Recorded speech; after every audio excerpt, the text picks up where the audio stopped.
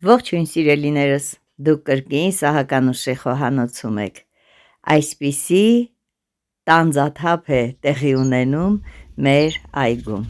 Երևի արդեն կռահեցիք, սա վայրի տանձն էր, որ տարբեր վայրերում տարբեր ձևով են անվանում, քոլի տանձ, պանդա և տարբեր անուններ, արդեն չեմ հիշում, բավականին շատ գրվել էր։ Եվ այս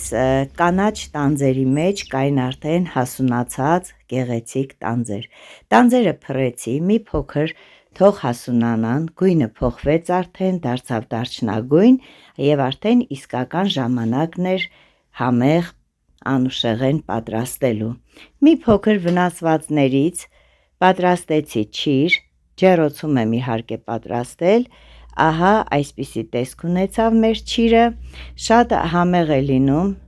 պասուց տոլմայի ժամանակ, ձավարով տոլմաների ժամանակ է շատ համեղ լինում և իհարկե նաև որպես դեղաբույս հաճախ օգտագործվում է փորհարինքի դեպքում։ Եվ արդեն խոշոր պտուղները առանձնացրել եմ, որպեսզի եփենք մուրաբա։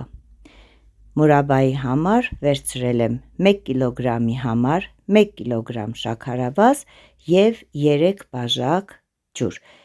Իմ ընդհանուր վերցրած քանակը 2 կիլոգրամ տանձն էր և ավելացրել եմ 6 բաժակ ջուր։ Այժմ կդնենք օշարակը եփվելու և ես արդեն նախապատրաստում եմ պտուղները։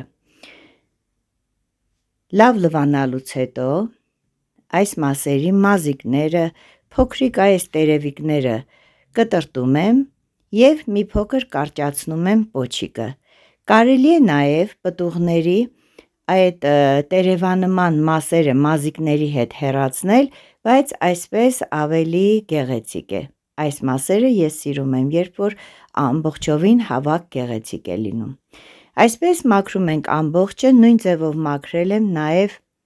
կոմպոտի ժամանակ, երբ որ կոմպոտը պատրաստեցինք։ Եթե չեք դիտել, կարող եք դիտել կարճ տեսանյութը։ Պոչիկները և ծայրամասը մաքրելուց հետո այժմ ծակծկում ենք մի քանի տեղից և արդեն պատրաստ է օշարակի մեջ լցնելու։ Օշարակը արդեն եփվել էր, տանձը լցրեցի օշարակի մեջ, մի քանի րոպե կթողնենք, մինչև կսկսի եռալ։ Եռալուց անմիջապես հաշվում ենք 15 րոպե, ավել պետք չի եռալ, որից հետո թողնում ենք հանգստանա 8 ժամ անպայման։ Հիմա երեկո է, ես կթողնեմ հանգստանալու անջատելուց հետո, առավոտյան նորից կշարունակեմ եփվելը։ Արդեն երկրորդ եփն է, եթե տեսնում եք էկրանից այն կողմ, փայլը արդեն զգացվում է և եփվում է խոշոր փուչիկներով, նշանակում է համարյա թե պատրաստ է։ Եվ սա արդեն երրորդ եփն է, ես ավելացրեցի կիտրոնի աղ, այս պահին թարմ կիտրոն չունեի, կարելի է նաև թարմ կիտրոնի հյութ ավելացնել և ստուգում ենք այնպես, ինչպես ստուգում ենք մնացած բոլոր մուրաբաները։ Օշարակից մի փոքր վերցնում ենք և գծերով տեսնում արդեն։ Ահա և մեր արևաշող, արևահամ և մեղրածոր այս մուրաբան։ Դե ինչ սիրելիներս, այս տարի եփեցի քոլի տանձի կոմպոտը,